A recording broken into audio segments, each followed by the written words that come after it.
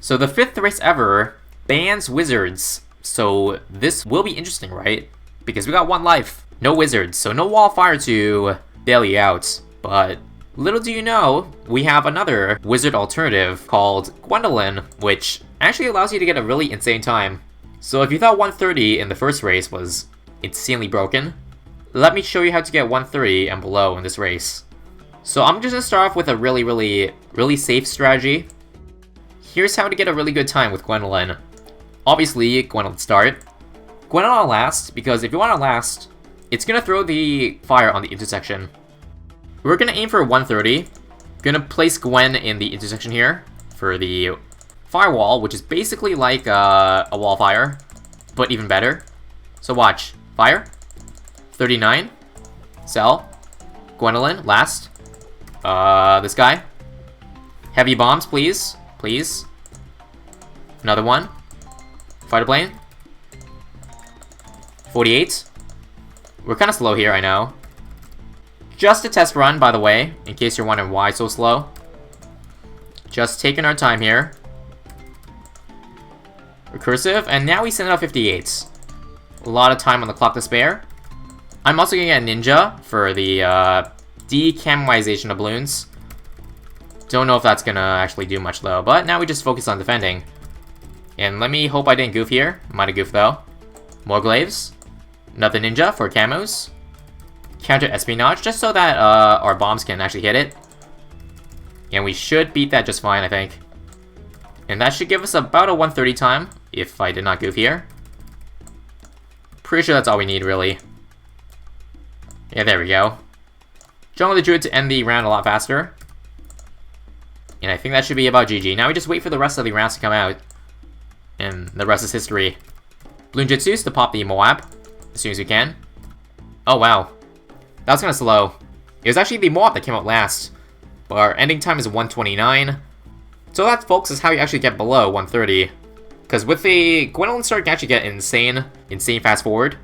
But very messy strategy, by the way. Only enough for 50th place, if you take away all the hackers. Probably a little higher, but yeah. Can definitely do a lot better. I just took my time there. So what do we do differently this time? Maybe we'll send out 60 a little earlier, so let's go for 125.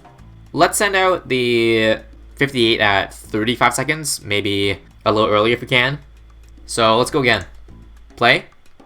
We can send out up to around like 10, because then we gotta wait for the cooldown. There are no pinks or yellows to fuck us up. Come on, fire. Sell. Last. Send up to 48 now. Very risky. But we gotta go ham. There we go. There's Gwendolyn. 2 fires. We're actually kind of ahead of pace, so let's try. Let's see what happens if we go all 60 rounds right the F now. Right the frick now. I also cannot place my goddamn bomber ace. Come on. Ninja. For counter espionage. And are we safe? Are we safe? Are we safe? I feel like we are. But let's make sure. Let's make absolutely sure that we're okay here. By getting some bomb towers, a lot of them. Feels like we're fine. Camos. Oh wow, that was close. That's actually pretty good. This is looking like a pretty good run, and I did not even send out the last round that quickly. Actually waited because we were actually way ahead of pace there. Way ahead of pace.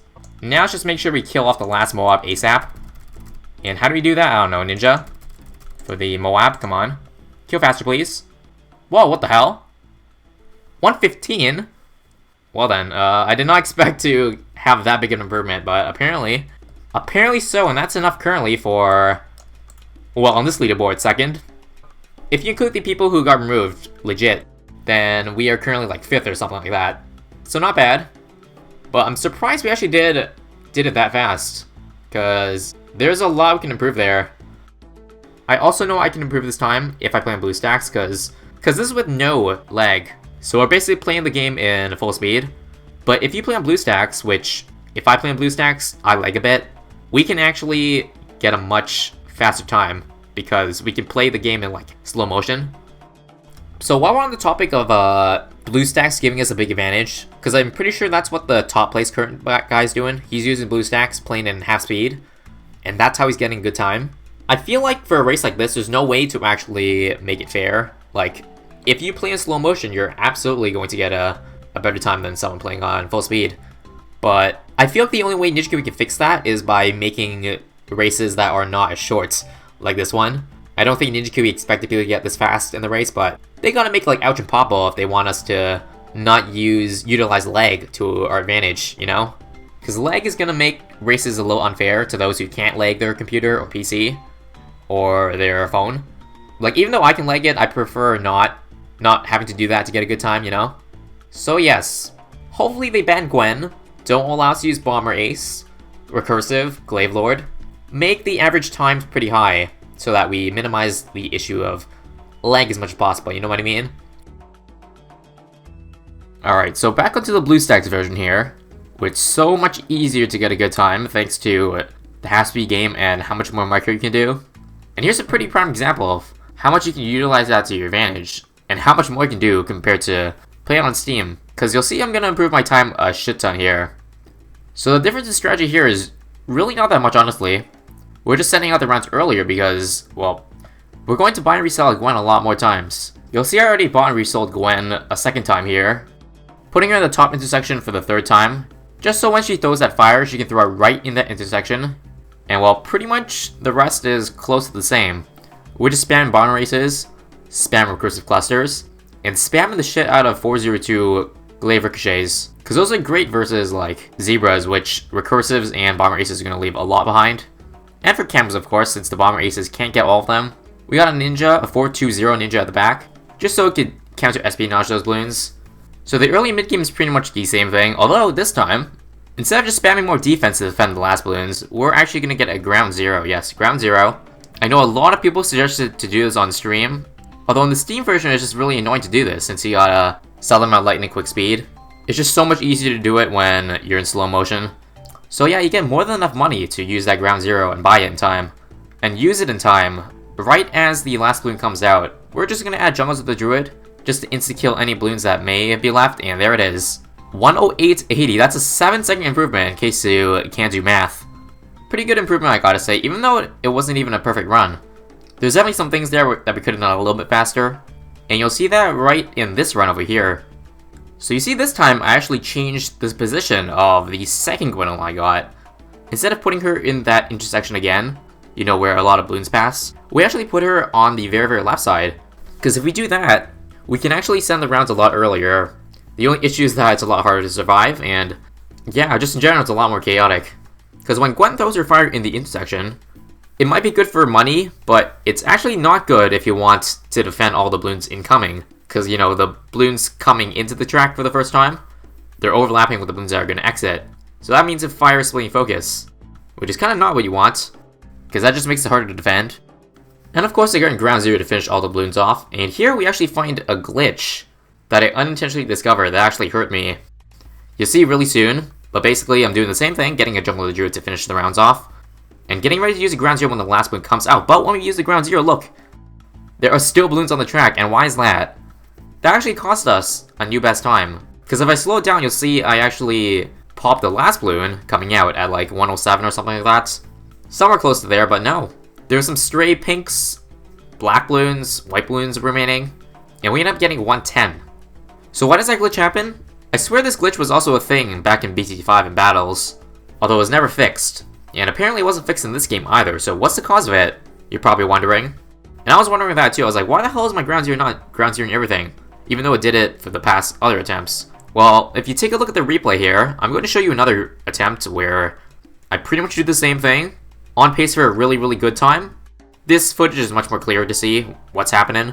You'll see that when I use that ground zero, there's so much more balloons left, but take a look. Let me pause it. Look at where the balloons are and which balloons they are. In case you can't tell, it's the Distraction Ninja that's causing the issue. Believe it or not. So Ninja Kiwi, if you're watching this, I hope you plan to add this on your fix list, because that actually cost me pretty big time. Instead of getting a PB, we end up having to spend an extra 5 or so seconds cleaning up the rest, but that's gonna cause us to lose our PB pace. So, well, I guess he can't use Distraction Ninjas then in this race. Because I still want to get a better time than 108, because I know it's possible, even though you see there that I was already first place on the leaderboard. Wasn't sure if anyone was going to pass me up, so just to be extra sure I played a little bit more, and here's the ending strategy that got me the best personal time, which as of now I'm not sure what this places as. I know a lot of people got banned falsely earlier, so who knows what their time is. They could be lower than 108, and because Ninja Kiwi hasn't unbanned them yet, might as well just work to get the best time possible. So here we are. And this time, yes, no Distraction Ninja. So what am I going to use for camo as well? There's a pretty obvious solution here for camos, and I'm going to show you in a bit. But first, early game strategy. We're going to start with Gwen, of course, in that intersection. Use her fire, sell her. And this time we're going to put her very, very, very far behind the track. Because this time we're sending out 48 before we even drop the fire. So we just follow with a bomber ace, which FY has a ton of bomb power. Follow with a recursive. So you literally can't afford to make any mistakes here. And you'll see also, I'm dropping an ice tower, and if you're wondering why I do that, well, it's because there's some fortified ceramics on 46. And because you're setting out 48 so early, you're going to have to deal with those ceramics at the very, very start of the wave. And it turns out that I died a lot of times because Gwendolyn's fire plus a bomb tower wouldn't be able to pop the entire ceramic in time, so we just leak like 20 plus lives. So the easy solution to that is just drop a damn ice tower and enough time to get up our glaive ricochet. And yes, also a village.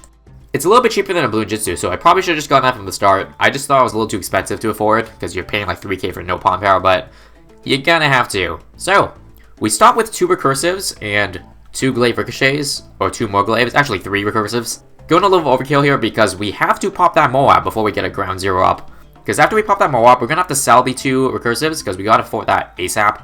So we buy that ground 0 around 51 seconds.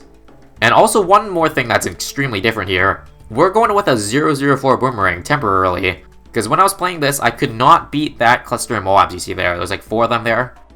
They just walked by my defense way too fast, so I just dropped a real quick 004, pushed it back a little bit, and that was enough to stall the mob so that we can pop them before we get a ground 0 up, and then we use it for the last time, drop it like it's hot, and boom.